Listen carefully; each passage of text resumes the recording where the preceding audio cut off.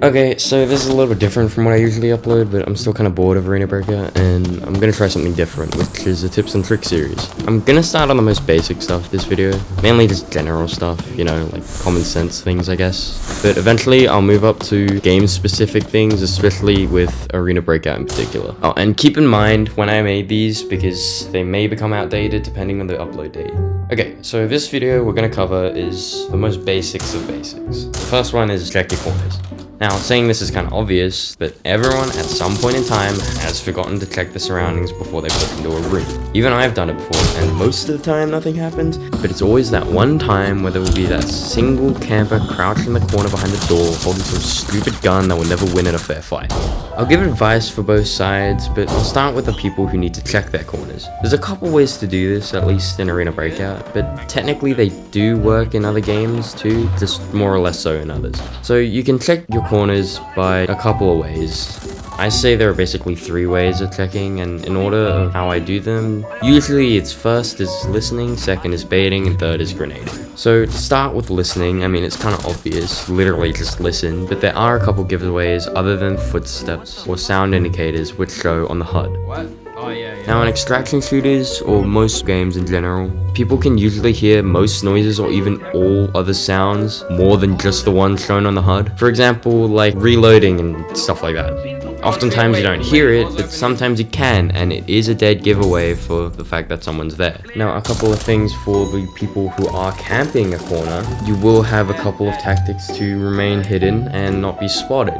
First, move slowly. If you're in a corner which is open to other angles, for example, not the corner you're hoping someone to cross, staying slow or not moving at all will make you way more difficult to spot. Our brains are literally wired to find moving targets and not stationary ones.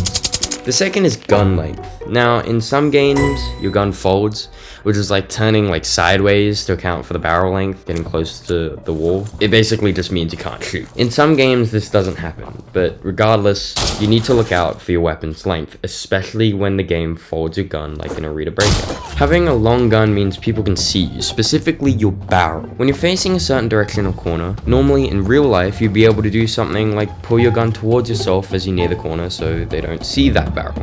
But in Arena Breakout, or basically any shooting game for that matter, there isn't really a specific mechanic like that.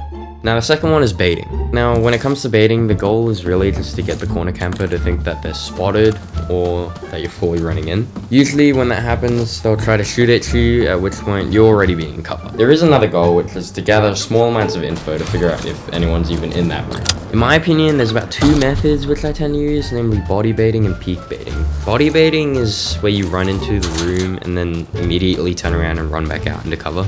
Oftentimes this works kind of well, but you might get shot in the back once or twice before coming up. Plus, you can't really find where you're getting shot at. The second choice, which is probably the safer option, is peek baiting. And it's where you peek around a door, then just walk back into cover. You don't fully run into the room like body baiting, but when people peek bait with me, it doesn't really work, mainly just because my reaction time is shit. But for some others, they might shoot. Keep in mind that when you do this, they might throw a grenade at you or into the door, so just watch out for that too. And actually, speaking of grenades, the last method, which is grenading, is kind of simple. You throw a grenade in there, and if someone runs out pissing their pants, then you know someone's in there, or was at least in there.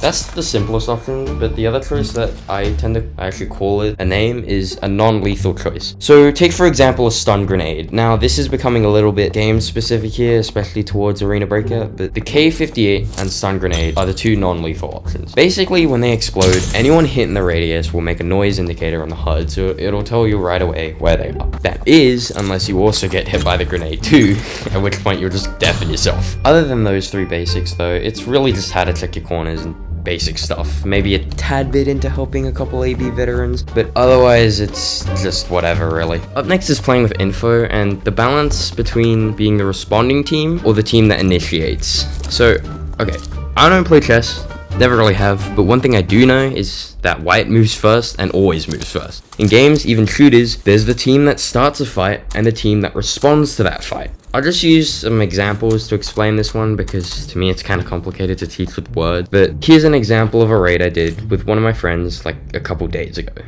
Bro, one of us is just gonna randomly die, I'm telling you. Is there a pathway here? No. Chat, there is a pathway. Wait, really? Yep. We spawned basically near where we were standing, and we were obviously aware of shots coming from gas station to our right, but thought nothing of it. Obviously we knew players were there, but didn't think to check, until I said, "Careful of your right side!" as I watched my teammate get demolished.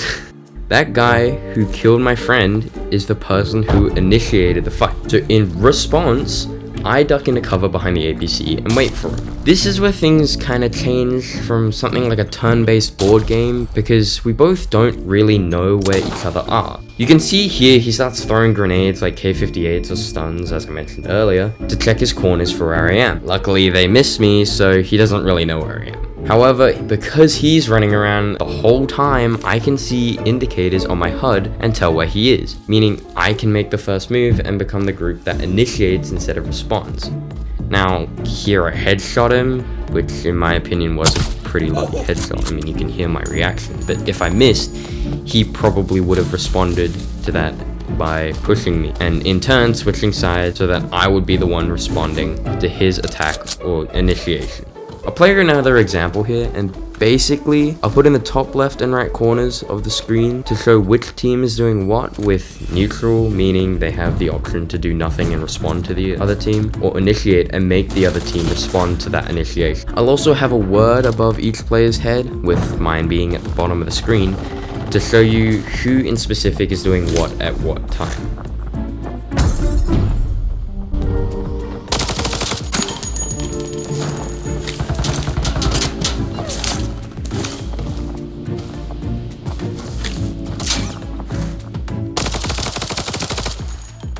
Hopefully this does help you out, but I can't really explain it any other way. The third one is communications. This will be the last one because I can't really think of any other simple ones, and most popular games, at least that I know of, are multiplayer, and have the option to play in a team. Now, if you're a soloist or just don't have friends to play with, I bet you could skip this segment and go to the end of the video without losing much here.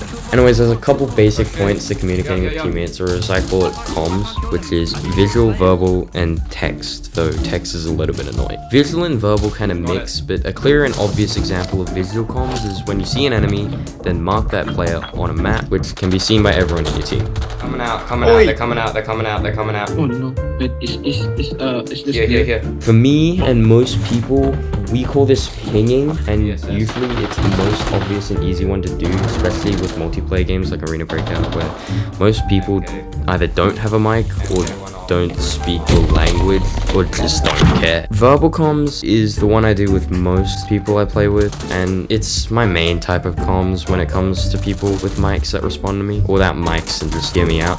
Back up. Ah! I got you.